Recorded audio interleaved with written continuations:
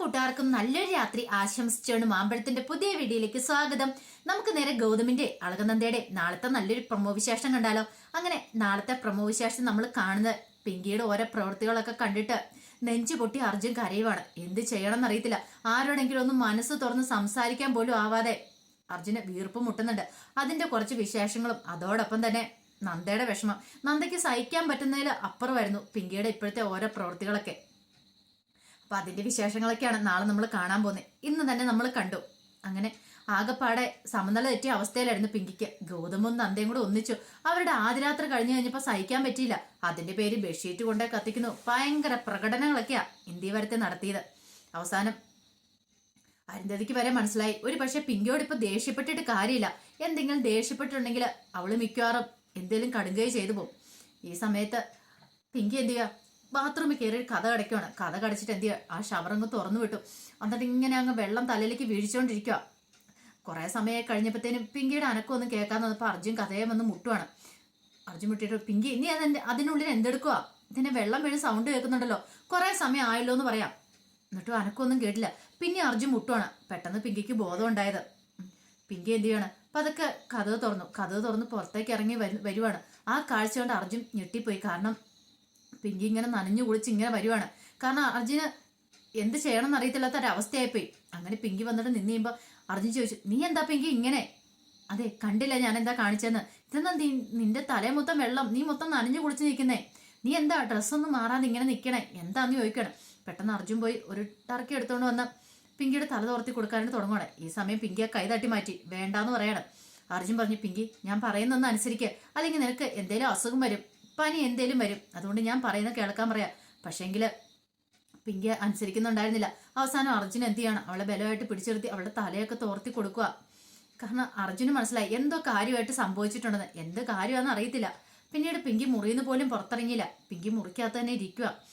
അർജുന് എന്ത് ചെയ്യുക, നേരെ താഴേക്ക് ഇറങ്ങി ചെല്ലുവാണ്. താഴേക്ക് ഇറങ്ങി ചെന്ന് കഴിഞ്ഞപ്പോൾ അവിടെ പവിത്ര, മോഹിനി എല്ലാവരും ഉണ്ടായിരുന്നു. അർജുന് മനസ്സിലായി അവരുടെ എല്ലാം മുഖം കണ്ടപ്പോൾ എന്തോ കാര്യമായിട്ടൊരു പ്രശ്നമുണ്ടെന്ന്. അർജുൻ ചോദിച്ചു, ഇവിടെ എന്താ സംഭവിച്ചേ, പിങ്കിക്ക് എന്ത് പറ്റി, ലക്ഷ്മിയമ്മേനെ ചോദിക്കുക. ഇത് കേട്ടാൽ ലക്ഷ്മിയമ്മ ഒന്നും മിണ്ടിയില്ല. പവിത്ര പറഞ്ഞു, പിങ്കി ചേച്ചി കാണിച്ചത് എന്താണെന്നറിയാവോ?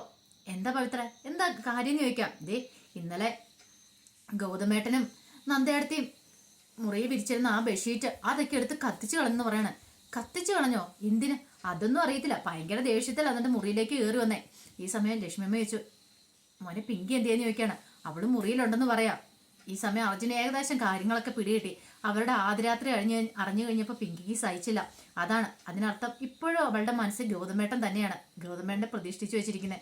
തനിക്കിനി ഒരിക്കലും അവളുടെ മനസ്സിലേക്ക് കടന്നു ചെല്ലാൻ പറ്റില്ലെന്ന് അർജുന് മനസ്സിലാവുകയാണ്. ഇനിയിപ്പോൾ താൻ എന്തൊക്കെ പറഞ്ഞാലും അവൾ തന്നെ വിശ്വസിക്കാൻ പോകുന്നില്ല. അത് മാത്രമല്ല, അവളോടൊപ്പം തനിക്കൊരു ജീവിതം ഉണ്ടാകാനും പോകുന്നില്ല. ഇത്രയും ദിവസം തന്നോട് കാണിച്ചുകൊണ്ടിരുന്ന കപട സ്നേഹമായിരുന്നു. അല്ലെങ്കിൽ അവൾ ഇങ്ങനെ പെരുമാറേണ്ട ആവശ്യമില്ലല്ലോ. അർജുൻ പെട്ടെന്ന് അങ്ങോട്ട് കയറിപ്പോവാ. ഈ സമയം ലക്ഷ്മിയമ്മ പറഞ്ഞു, പവിത്ര നീ എന്തിനാ അതൊക്കെ അവനോട് പറയാൻ പോയത്? പാവം അർജുൻ ഇത് മുഖം കണ്ടോ, ഭയങ്കര സങ്കടപ്പെട്ടാ പോയേക്കുന്നേ. മോഹിനിയമ്മ ശരിയാ, പാവത്തിനോടൊന്നും പറയണ്ടായിരുന്നു. അല്ലെങ്കിൽ തന്നെ ഇങ്ങോട്ട് വരാൻ ഇഷ്ടമില്ലാതിരുന്ന നന്ദ നിർബന്ധിച്ച് ഇങ്ങോട്ട് കൂട്ടിക്കൊണ്ട് വന്ന ഇവിടെ വന്നപ്പോഴോ ഇങ്ങനൊരു അവസ്ഥ. മോഹിനിയോട് ഞാനൊരു കാര്യം ചെയ്യാം, ഞാൻ അരുന്ധതിയെ കണ്ടിട്ട് വട്ടെ എന്ന് പറഞ്ഞിട്ട് നേരെ അരുന്ധതിയുടെ മുറിയിലേക്ക് ചെല്ലുക. ഇങ്ങനെ ചെന്നപ്പോൾ അരുന്ധതി എന്ത് ചെയ്യണമെന്ന് അറിയത്തില്ല, അതിങ്ങനെ ടെൻഷൻ അടിച്ചിരിക്കുക. പിന്നീട് അരുന്ധതിയുടെ അടുത്തിട്ട് മോഹിനി പറഞ്ഞു, അല്ല പിങ്കി എന്ന് ചെയ്തത് ശരിയാന്ന് അരുന്ധതിയുടെ അടുത്തേക്ക് തോന്നുന്നുണ്ടോ എന്ന് ചോദിക്കാം. എനിക്കറിയാം മോഹിനി, കാര്യം ശരിയല്ല. പക്ഷേങ്കില് അവളുടെ അപ്പോഴത്തെ മുഖം നീ ശ്രദ്ധിച്ചായിരുന്നോ? കാരണം എന്താ, ഇത്രയും നാള് അവൾക്കൊപ്പം നമ്മളെല്ലാരും കൂട്ടുനിന്നു അവളുടെ ഓരോ പ്രവൃത്തികൾക്കും. പക്ഷേങ്കില് ഇപ്പോഴവൾക്ക് വലിയ തിരിച്ചടി കിട്ടിയിരിക്കുന്നത്. അവൾക്ക് നല്ല പ്രതീക്ഷയായിരുന്നു ഗൗതമിനെ അവൾക്ക് സ്വന്തമാക്കാൻ പറ്റുമെന്ന്. ആ പ്രതീക്ഷ നശിച്ചു കഴിഞ്ഞപ്പം അവളുടെ സമനില തെറ്റിയിരിക്കുക. ഇപ്പൊ നമ്മൾ എന്തേലും ചോദിക്കോ പറയോ എന്തേലും ചെയ്താൽ അത് വലിയ വിപത്തിലേക്കായിരിക്കും ചെന്ന് കലാശിക്കാം. ഒരുപക്ഷെ അവളുടെ ജീവൻ പോലും നഷ്ടപ്പെടും. പിന്നെ നമുക്ക് എന്തേലും ചെയ്യാൻ പറ്റുമോ? ഇത് മോഹിനി പറഞ്ഞ്, ഇങ്ങനെ പോയിട്ട് കാര്യമുണ്ടോ? എന്തൊക്കെയാണ് ശരി, പക്ഷെ ഇന്ന് ഗൗതമിന്റെ നന്ദയുടെ ആ ഷീറ്റ് കത്തിച്ച് അത് ശരിയായിട്ടില്ലെന്ന് പറയാം. അത് ഞങ്ങൾക്ക് എല്ലാവർക്കും അറിയാം. പക്ഷെ പറഞ്ഞിട്ട് കാര്യമില്ലോ. പിങ്കിയുടെ അപ്പുറത്തെ മാനസികാവസ്ഥ നീ ശ്രദ്ധിച്ചായിരുന്നോ? അവൾ ഇത്രയും കാലം കാത്തു സൂക്ഷിച്ചു വെച്ചിരുന്ന അവൾ ഈ വിവാഹത്തിന് സംഭവിച്ചു പോലും ഒരുപക്ഷെ ഗൗതം ഇവിടെ ഉണ്ടെന്ന് വിചാരിച്ചിട്ട് തന്നെയാണ്. പക്ഷെ അങ്ങനെ ഒരു അവസ്ഥയിൽ അവളോട് നമ്മൾ എന്തെങ്കിലും കടുത്ത വാക്ക് പറഞ്ഞിട്ടുണ്ടെങ്കിൽ, അവൾ എന്തെങ്കിലും കാണിച്ചു കൂട്ടിയാൽ പിന്നെ പറഞ്ഞിട്ടേ അല്ല അവളുടെ വീട്ടുകാർ നമ്മൾ എന്ത് സമാധാനം പറയും? ഒരു ജീവൻ പോയിട്ടുണ്ടെങ്കിൽ പിന്നെ നമുക്ക് തിരികെ കിട്ടില്ലല്ലോ. നമ്മളിവിടെ സമീപനം പാലിക്കണം. നമ്മളിവിടെ എടുത്ത് ചാടി ഒരു കാര്യം ചെയ്തിട്ട് കാര്യമില്ല. പതുക്കെ പതുക്കെ അവളെ കാര്യങ്ങൾ പറഞ്ഞ് ബോധ്യപ്പെടുത്തുക ചെയ്യേണ്ടതെന്ന് പറയാം. പിങ്കി അല്ലേ ആള്, അവള് ബോധ്യപ്പെടുത്താൻ പറ്റുമെന്ന് എനിക്ക് തോന്നുന്നില്ല. എന്തൊക്കെയാണെങ്കിലും അവൾ നമ്മൾ പറയുന്നൊന്നും അനുസരിക്കുമെന്ന് തോന്നുന്നില്ല. അനന്തി പറഞ്ഞ് നോക്കട്ടെ, എന്താണെങ്കിലും നമുക്ക് ഉടനെ തന്നെ എന്തെങ്കിലും ഒരു പോംവഴി കണ്ടെത്തണമെന്ന് പറയാം. ഈ സമയം ആകെപ്പാടെ സങ്കടത്തിൽ പെട്ടുപോയ ആൾ നന്ദയായിരുന്നു. നന്ദയ്ക്ക് എന്ത് ചെയ്യണമെന്ന് അറിയത്തില്ലാത്തൊരവസ്ഥ. കാരണം അവള് പിങ്കി കൊണ്ട് ആ ബെഡ്ഷീറ്റെല്ലാം കത്തിച്ച് കഴിഞ്ഞപ്പോൾ തകർന്നു പോയി നന്ദ. ഒരിക്കലും ഒരു സ്വപ്നത്തിൽ പോലും പ്രതീക്ഷിച്ച കാര്യമില്ല. അർജുൻ വന്നു കഴിഞ്ഞിട്ടും ഇപ്പോഴും പിങ്കിയുടെ മനസ്സിൽ ഗൗതം സാർ തന്നെയാണ്. അതുകൊണ്ടല്ലേ അവൾക്ക് സഹിക്കാൻ പറ്റാത്തേ, അതുകൊണ്ടല്ലേ ആ ഷീറ്റൊക്കെ കൊണ്ടുപോയി കത്തിച്ച് കളഞ്ഞേ. ഇതൊക്കെ ഓർത്ത് നന്ദ വിഷമിച്ചിരിക്കുക. പിന്നീട് നന്ദയ്ക്ക് സങ്കടം സഹിക്കാൻ വയ്യാതെ വന്നപ്പോൾ നന്ദ അച്ഛൻ്റെ ഫോട്ടോ പോയി എടുക്കുകയാണ്. ഫോട്ടോ പോയി എടുത്തിട്ട് അതിനകത്ത് നോക്കി കരഞ്ഞു പറയാം, എന്തിനു വേണ്ടി അച്ഛാ അന്ന് ഗൗതം സാറിനോട് ഇങ്ങനെയൊക്കെ പറഞ്ഞേ, അതുകൊണ്ടല്ലേ ഇപ്പൊ ഇങ്ങനെയൊക്കെ സംഭവിച്ചുകൊണ്ടിരിക്കുന്നത്. ഞാൻ എവിടെയായാലും സന്തോഷമായിട്ട് ജീവിക്കില്ലായിരുന്നു. വെറുതെ ഗൗതം സാറിന്റെ ജീവിതത്തിലേക്ക് എന്നെ കൂട്ടിക്കൊണ്ട് വന്നു. അച്ഛനൊരു വാക്ക് തന്നതിന്റെ പേരില സാർ എന്നെ വിവാഹം കഴിച്ചേ. അതിന്റെ പേരിലോ ഇത്രയും നാൾ ഞങ്ങൾ അന്ന് കഴിഞ്ഞിട്ട് ഒന്നിച്ചു കഴിഞ്ഞപ്പോൾ ഇപ്പൊ പിങ്കി ആയിട്ടുള്ള പ്രശ്നം കണ്ടോ. ഞാൻ ആരോടെ എൻ്റെ ഈ സങ്കടങ്ങളൊക്കെ പോയി തുറന്നു പറയുന്നേ. എനിക്ക് ആരോടെല്ലാം തുറന്നു പറയണം. എൻ്റെ ചങ്ക് പൊട്ടിപ്പോകുന്നല്ലോ എനിക്ക് തോന്നുന്നു അച്ഛാ. അച്ഛൻ ഉണ്ടായിരുന്നെങ്കിൽ എനിക്ക് അച്ഛൻ്റെ അരിയിലേക്ക് ഓടി വരാൻ പറ്റുമായിരുന്നു. ഇപ്പൊ എനിക്ക് ഒന്നിനും പറ്റില്ലല്ലോ അച്ഛാന്ന് പറഞ്ഞുകൊണ്ട് കരയുക. ഈ സമയത്താണ് ലക്ഷ്മിയമ്മ അങ്ങോട്ട് കടന്നു വരുന്നത്. ലക്ഷ്മിയമ്മ നോക്കിയപ്പോൾ നന്ദ അവിടെ നിന്ന് കരഞ്ഞുകൊണ്ടിരിക്കുന്നുണ്ട്. പെട്ടെന്ന് ലക്ഷ്മിയമ്മ അങ്ങോട്ട് വന്നു. ഇതെന്താ നന്ദമോളെ, നീ ഇതെന്താ കാണിക്കണമെന്ന് ചോദിക്കാം. അല്ല എനിക്ക് സഹിക്കാൻ പറ്റുന്ന ലക്ഷ്മിയമ്മ. അതൊക്കെ പോട്ടെ, അതൊന്നും സാരമില്ല. നിനക്കറിയാവുന്നല്ലേ പിങ്കിയുടെ സ്വഭാവം. പിന്നെ നീ എന്തിനാ സങ്കടപ്പെടുന്നേ? അതിന്റെ ആവശ്യമില്ല എന്ന് പറയാം. എന്നാലും പിങ്കി ഇങ്ങനെ ചെയ്യുമെന്ന് ഞാൻ പ്രതീക്ഷിച്ചില്ല. കാരണം ശരിക്കും മരിച്ചു കഴിയുമ്പോഴാണ് അതെല്ലാം കൊണ്ട് കത്തിക്കുന്നത്. ഇപ്പൊ ഞാനും ഗൗതം സാറും മരിച്ച പോലെ ആയി പോയില്ലേ. ഞങ്ങളെ രണ്ടുപേരെ അവള് പച്ചയ്ക്ക് കത്തിച്ചില്ലേന്ന് ചോദിക്കാം. അത് വിട്ടേരെ, അവളുടെ മാനസികാവസ്ഥ കൂടെ മനസ്സിലാക്കുക. സമനില തെറ്റിയ പോലെ അവൾ ആ സമയത്ത് പെരുമാറിയത്. അടുത്ത എന്താ മോളോട് പറഞ്ഞേ? വല്യമ്മ നിന്നോട് മോളോട് എന്താ പറഞ്ഞേ? പിങ്കിയുടെ കാര്യങ്ങൾ നീ ഒന്ന് പരിഗണിക്കണം എന്നല്ലേ പറഞ്ഞേ. അതുകൊണ്ട് ഇതിങ്ങ് നീ ക്ഷമിച്ചു കളഞ്ഞേരെ. നീ ഇത് മനസ്സിൽ വെച്ചുകൊണ്ടിരിക്കേണ്ടെന്ന് പറയാം. ആഗ്രഹം ഉണ്ടമ്മേ, പക്ഷെ മനസ്സിൽ നിന്ന് മായുന്നില്ല. എനിക്ക് എന്ത് ചെയ്യണം എന്നറിയത്തില്ല. ഒരു പക്ഷെ ഞാനാണോ ഇതിനെല്ലാം കാരണക്കാരി എന്നൊരു ചിന്ത എൻ്റെ മനസ്സിലുണ്ടാകുക. വേണ്ടായിരുന്നു, ഒന്നും വേണ്ടായിരുന്നു, ഈ ജീവിതം പോലും വേണ്ടായിരുന്നു പറയാം. ഇങ്ങനെ പറയല്ലേ. അല്ല ഗൗതമോൻ എങ്ങോട്ടാ പോയെന്ന് മോളോട് എന്തേലും പറഞ്ഞെന്ന് ചോദിക്കാം. ഇല്ല, രാവിലെ ഫോൺ വന്ന് കമ്മീഷണർ വിളിച്ചിട്ട് പോയതാന്ന് പറയാം. ഇന്നെങ്കിലും അവന് ലീവ് എടുക്കായിരുന്നു. അവൻ ലീവ് എടുക്കുമായിരുന്നു ഈ പ്രശ്നങ്ങൾ എന്തെങ്കിലും ഉണ്ടാവായിരുന്നോ? അത് ഗൗതം സാറിന് അത്ര തിരക്കുള്ള എന്തോ ഒരു കാര്യമുണ്ട്. വെറുതെ നിസ്സാര കാര്യത്തിലാണെങ്കിലും ഒരു കാരണവശാലും കമ്മീഷണർ വിളിക്കത്തില്ല. അത്ര വലിയ കാര്യം ഉണ്ടായിട്ടാ വിളിച്ചേ. പോകാതിരിക്കാൻ പറ്റില്ലല്ലോ അമ്മേ.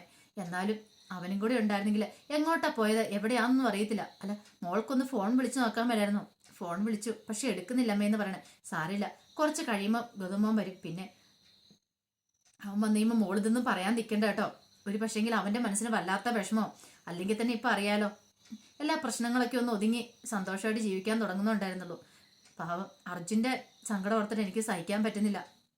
പിങ്കിക്കും അത് തന്നെയായിരുന്നു വലിയ, അല്ല പിങ്കിക്ക് നന്ദയ്ക്കും അത് തന്നെയായിരുന്നു വലിയ വിഷമം. അർജുനെ കുറിച്ച് ഓർത്തിട്ട് സഹിക്കാൻ പറ്റുന്നുണ്ടായിരുന്നില്ല. കാരണം അർജുൻ എന്ന് അറിഞ്ഞപ്പോൾ അർജുന്റെ മാനസികാവസ്ഥ എന്താ ഊഹിക്കുന്നാലും അപ്പുറമായിരിക്കും. തന്റെ ഭാര്യ ഇപ്പോഴും മറ്റൊരാളെ മനസ്സിൽ കൊണ്ടുപോയിട്ട് നടക്കുന്നു. അത് മാത്രമല്ല അവരുടെ ആദ്യരാത്രി കഴിഞ്ഞെന്ന് കഴിഞ്ഞപ്പം കാണിച്ചു കൂടുന്ന ചേഷ്ടകളൊക്കെ, അതൊക്കെ അർജുനൻ നല്ല ഒരു പുരുഷനും കണ്ടുകൊണ്ട് നിൽക്കാൻ കഴിയുന്ന കാര്യമായിരുന്നില്ല. ഈ സമയത്ത് പിങ്കി അവിടെ കുറെ സമയം ഇരിക്കുമായിരുന്നു മുറിയിൽ. പിങ്കി പുറത്തേക്ക് പോലും ഇറങ്ങുന്നില്ല. പിന്നീട് പിങ്കി അവിടെ കിടന്നു കഴിഞ്ഞിട്ട് പിങ്കി അനങ്ങുന്ന പോലും ഇല്ല. ഇങ്ങനെ ഒരേ കിടപ്പ് തന്നെ കിടക്കണം. പിന്നീട് അർജുൻ പോയി നോക്കിക്കഴിയുമ്പോഴത്തേനും പിങ്കിക്ക് നല്ല പനിയുണ്ട്. കാരണം കുറെ സമയം ആ വെള്ളത്തിന് ചോട്ടില്ല, ആ ഷവറിന്റെ ചോട്ട് ഇങ്ങനെ നിൽക്കുന്നതുകൊണ്ട് പിങ്കിനെ പനിക്കാൻ തുടങ്ങിയായിരുന്നു. അർജുൻ എന്ത് ചെയ്യുവാണ്, അർജുൻ പോയി ഒരു ചെറിയൊരു തുണി എടുത്തുകൊണ്ട് വന്നിട്ട് നനച്ചിട്ട് അത് പിങ്കിയുടെ നെറ്റിയിലിടുവാണ്. അർജുന് മനസ്സിലായി നല്ലതായിട്ട് പനിയുണ്ട്. കാരണം അതുപോലെ രാവിലെ തന്നെ അമ്മാതിരി വെള്ളത്തിൽ നിന്നുകൊണ്ടാണ് പനി പിടിച്ചതെന്നൊക്കെ. പിന്നീട് അർജുൻ എന്ത് ചെയ്യണം നടത്തില്ല. അർജുൻ പിന്നീട് ഗുളിക എടുത്തുകൊണ്ട് കൊടുത്തു. പക്ഷെ പിങ്കി അതൊന്നും കഴിക്കാനായിട്ട് കൂട്ടാക്കുന്നില്ല. പിങ്കിയുടെ മാനസിക നില തെറ്റിയ പോലെ അർജുന് മനസ്സിലായി. ഇതിങ്ങനെ പോയാൽ ശരിയാവത്തില്ല. അർജുൻ എന്ത് ചെയ്യണം എന്നറിയത്തില്ലാതെ അർജുൻ എന്ത് ചെയ്യണം, വിങ്ങി പൊട്ടി ഇന്ന് കരയുക. അർജുനോടത്ത് ഇതിനേക്കാളും ഭേദം താൻ അവിടെ കിടന്ന് മരിക്കുന്നായിരുന്നു. എന്തിനു വേണ്ടി ഇങ്ങോട്ട് വന്നേ? ഇച്ചിരി സമാധാനം കിട്ടൂലോ എന്ന് ഓർത്ത് വന്നാ. ഇവിടെ വന്നപ്പോഴോ ആകെപ്പാടെ പ്രശ്നം. ഇനിയിപ്പോൾ എന്ത് ചെയ്യണം താന്? ആരോടൊന്ന് തുറന്നു പറയണേ? തുറന്നു പറയാൻ പോലും ആരും ഇല്ലാത്തൊരവസ്ഥ. അങ്ങനെ അർജുൻ വിങ്ങിപ്പൊട്ടിന്ന് കരയുവാണ്. ഈ സമയത്താണ് പവിത്രയുടെ വരവ്. പവിത്ര അങ്ങോട്ട് വന്നു കഴിഞ്ഞപ്പോൾ പിങ്കി അവിടെ ഇങ്ങനെ പനിച്ചു പറിച്ച് കിടക്കുന്നത് കണ്ടു. ഈ കാഴ്ച കണ്ട് പവിത്ര അർജുനോട് ചോദിച്ചു, അല്ല അർജുനേട്ട എന്ത് പറ്റി പിങ്കി ചേച്ചിക്കെന്ന് ചോദിക്കാം. അവൾക്ക് പനിയാണോ? എന്നിട്ട് അർജുനേട്ടൻ മരുന്നൊന്നും കൊടുത്തില്ലേന്ന് ചോദിക്കാം. ഇല്ല, അവൾക്ക് മരുന്ന് വേണ്ടാന്ന് പറഞ്ഞു. ഞാൻ ഒരു തുണി നനച്ച് നെറ്റിയിൽ ഇട്ടോണെന്ന് പറയണം. പെട്ടെന്ന് തന്നെ പവിത്ര താഴേക്ക് ഇറങ്ങി ചെല്ലുക. താഴേക്ക് ഇറങ്ങി ചെന്ന് ലക്ഷ്മി അമ്മയോടും മോഹിനിയോടൊക്കെ ഈ കാര്യങ്ങൾ പറയാം. ലക്ഷ്മിയമ്മയ്ക്ക് ഭയങ്കര സങ്കടമായിപ്പോയി. ലക്ഷ്മിയമ്മ മുകളിലേക്ക് വന്നു കഴിയുമ്പോൾ പിങ്കി പനിച്ച് പറിച്ച് ഇങ്ങനെ കിടക്കുന്നുണ്ട്. അപ്പൊ അർജുനും അവിടെയുണ്ട്. അർജുനും മുഖം കണ്ടപ്പോഴാണ് ലക്ഷ്മിയമ്മയ്ക്ക് ഏറ്റവും കൂടുതൽ സങ്കടം വന്നേ. ലക്ഷ്മി പറഞ്ഞു, അപ്പം ഞാനൊരു കാര്യം ചെയ്യാം, ഒരു ചുക്ക് കാപ്പി എന്തെങ്കിലും വെച്ചോണ്ട് തരാമെന്ന് പറഞ്ഞുകൊണ്ട് ലക്ഷ്മിയമ്മ താഴേക്ക് ഇറങ്ങി വരുവാണ്. പിന്നീട് കാപ്പിയൊക്കെ വെച്ചോണ്ട് അങ്ങോട്ട് കയറി പോകുമ്പോഴാണ് നന്ദ അവിടെ നിൽക്കുന്നുണ്ട്. പിന്നീട് നന്ദയോട് പിങ്കിനെ കുറിച്ചൊക്കെ പറയുവാണ്. ഇത് കേട്ടപ്പോൾ നന്ദയ്ക്ക് എന്ത് ചെയ്യണമെന്ന് അറിയത്തില്ല. പിങ്കിയുടെ അടുത്തേക്ക് പോകണോ, ഇനി അവൾക്കും വല്ല മെഡിസിനൊക്കെ കൊടുക്കണോ എന്ന് ഓർത്തിട്ട് രണ്ടും കൽപ്പിച്ച് നേരെ എന്ത് ചെയ്യണം, പിങ്കിയുടെ മുറിയിലേക്ക് അങ്ങോട്ട് നന്ദ ചെല്ലുവാണ്. ഡോക്ടറാൻ പഠിക്കുന്ന ഒരു കുട്ടിയല്ലേ, അപ്പൊ നന്ദയ്ക്ക് കാര്യങ്ങളൊക്കെ അറിയാലോ.